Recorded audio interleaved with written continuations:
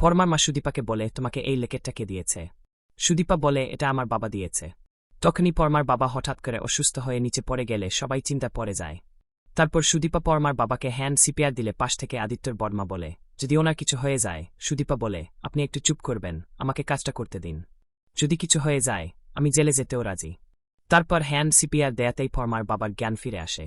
তার মধ্যে ডক্টর এসে পরমার বাবাকে চেক আপ করে বলে, উনি এখন অনেকটাই সুস্থ আছে, আসল কাজ তো অনেক আগেই হয়ে গেছে। কে করলো? তখনই আদিত্য সুদীপার কথা বললে ডক্টর সুদীপাকে বলে, তুমি কি ডক্টর নাকি মেডিকেল স্টুডেন্ট? সুদীপা বলে, মেডিকেল স্টুডেন্ট, কিন্তু ডক্টর হব। এরপর ডক্টর আদিত্যর বড় মার কাছে সুদীপার প্রশংসা করে সেখান থেকে চলে যায়। তারপর পরমা তার বাবাকে নিয়ে হসপিটালে যাওয়ার কথা তুললে পরমার মা আর আদিত্য মিলে সুদীপার বাবাকে হসপিটালের দিকে নিয়ে যায়। আর পরমা সুদীপাকে হসপিটালে যাওয়ার কথা বললে সুদীপাও পরমাদের সাথে হসপিটালে চলে যায়। আর এই সমস্ত কিছু আড়াল থেকে কোন দেখতে থাকে। এরপর ডক্টর সবার সামনে বলে, উনি এখন অনেকটাই সুস্থ আছে, আপনারা ওনাকে বাড়িতে নিয়ে যেতে পারেন। তারপর পরমা তার বাবাকে বলে, তোমাকে সুদীপা বাঁচিয়েছে, ওকে ডাকবো। পরমার বাবা বলে, না থাক। একথা শুনে সুদীপা বাইরে আসলে আদিত্য বলে, চলো তোমাকে বাড়িতে ছেড়ে দিই। সুদীপা বলে, আমি একা চলে যেতে পারব, আপনি এদিকটা সামলান। এরপর সুদীপা বাড়িতে ফিরে এসে আদিত্যর বড়মার কাছে ক্ষমা চাইলে আদিত্যর বড়মা সুদীপাকে কথা শুনিয়ে দেয়।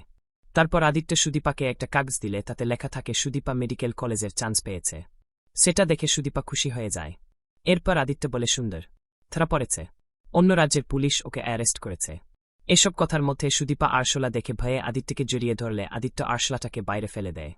তারপর সুদীপা বলে, আপনাদের বাড়িতে আরশোলা আছে, তাহলে আমি এখানে থাকবো না, আমি ভয় পেতাম বলে বাবা বাড়িতে একটাও আরশোলা থাকতে দিত না। আদিত্য বলে, ঠিক আছে, আমি ওষুধ দিয়ে দেব। এই নিয়ে তারা হাসাহাসি করতে থাকে। আর বাইরে থেকে পরমা সবটা শুনতে পেয়ে ঘরে এসে মনের দুঃখে গান গাইতে থাকে। সেই গান শুনে সুদীপা বলে, পরমা গাইছে। আদিত্য বলে, আপনি শুয়ে পড়ুন। সুদীপা প্রথমে খাটে শুতে না চাইলে আদিত্য খাটের মাঝে বালিশ রেখে সুদীপাকে শুয়ে পড়তে বলে আর নিজেও শুয়ে